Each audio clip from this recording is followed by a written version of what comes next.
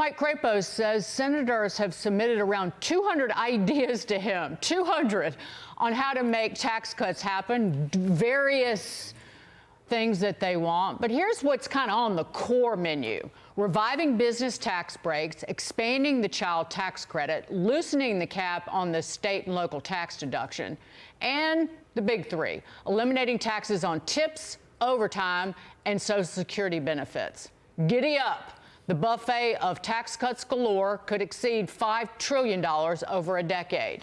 And joining us now, Nebraska Senator and Senate Budget Committee member Pete Ricketts. Senator, great of you to be here. Have you heard any word out of this Senate, the members of the Senate Finance Committee meeting with President Trump yet, and what might be on the table? Because what we heard from the president today was he needs this tax cut package to happen and happen now. It needs to happen in conjunction with what's happening on trade and the reciprocal tariffs.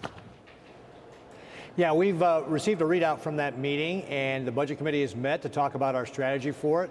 We're hearing very loud and clear from the president that not only does he want the existing tax cuts to be extended and made permanent, which is not what the House bill does, but it's certainly the goal of the White House and of Senate Republicans to make those permanent. You also mentioned some of the big policy issues with regard to no tax on tips, no tax on Social Security, no tax on overtime.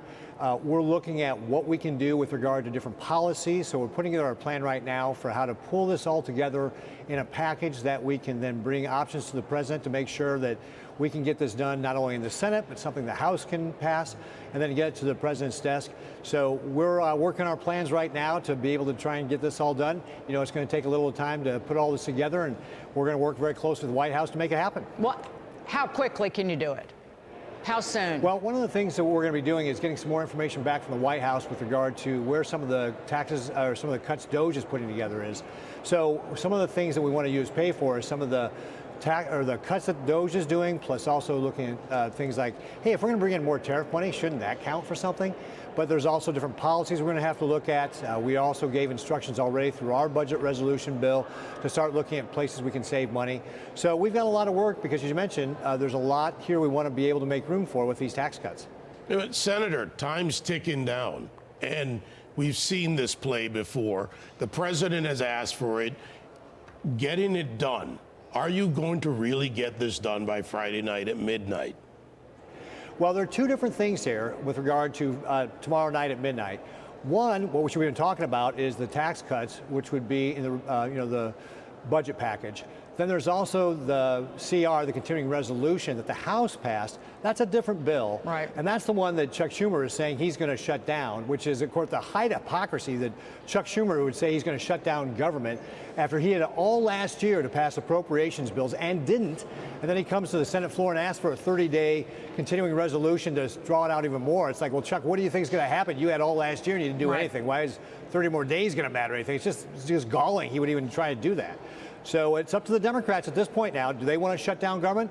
They, Chuck Schumer, Patty Murray, they all said shutdowns are bad. It hurts everyone. It hurts Americans. Well, do you really want our federal workers to go without a paycheck, Democrats? Because that's what you're talking about if you're talking about a shutdown. Before we move on to the people across the aisle continuing to just absolutely lose their minds, Senator, you were talking about some of the pay-fors and the DOJ cuts, but that makes it seem like that over on the Senate side, the tax cuts and making them permanent will not be scored as the current baseline. So if you score them as the current baseline, that there won't be the need for any offsets. They will be scored as current policy.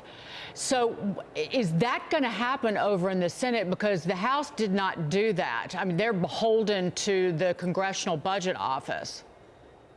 Yeah, Dagan, you're getting into some inside baseball here, but you're absolutely right that we actually believe on the Senate side that current policy is actually the current policy. Right.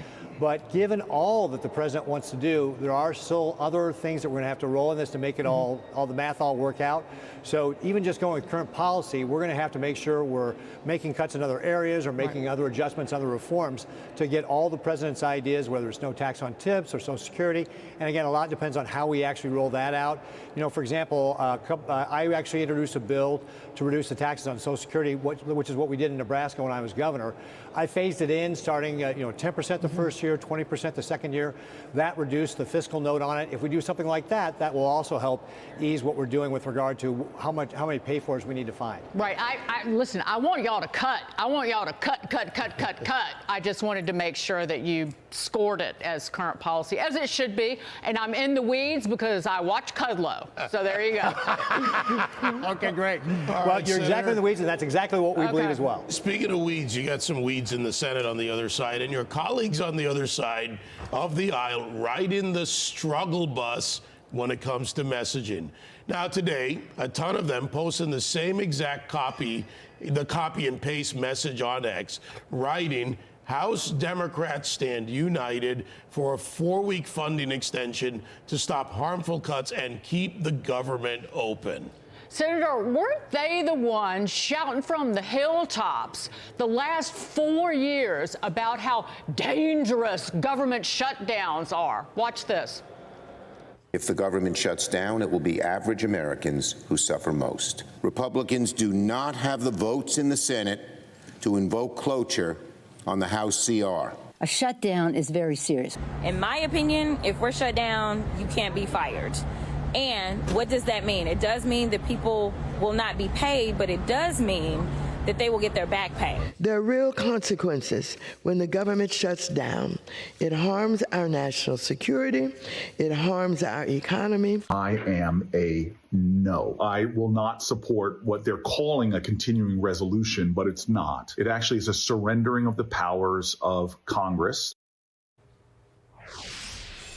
And in the Democrat senators meeting, Senator Ricketts, apparently Kirsten Gillibrand, it seemed to be her, was shouting behind closed doors. Now, it could have been Schiff. Schiff, when he's shouting, could sound like a lady. But just real quick response before we go. Well, obviously, I was not in that Democrat meeting. I didn't get invited. But again, you're just pointing out the hypocrisy of the Schumer shutdown. He had 11 of our 12 appropriations bills come out of committee last year. He did not bring a single one up to vote. In fact, over the last 4 years of the Biden administration, Schumer brought up exactly 3 of the potential 48 bills that would have been out there to be able to do it. So he had the opportunity to be able to get this budget passed. He ignored it. He wanted to write it. And now that Republicans are in charge, all of a sudden he's got second thoughts about this. It's just galling that he would actually even ask for a 30-day suspension when it was all in his authority last year to do it. Just terrible. Senator Pete Ricketts, great to see you, sir. Please come back soon. Thank you, Senator.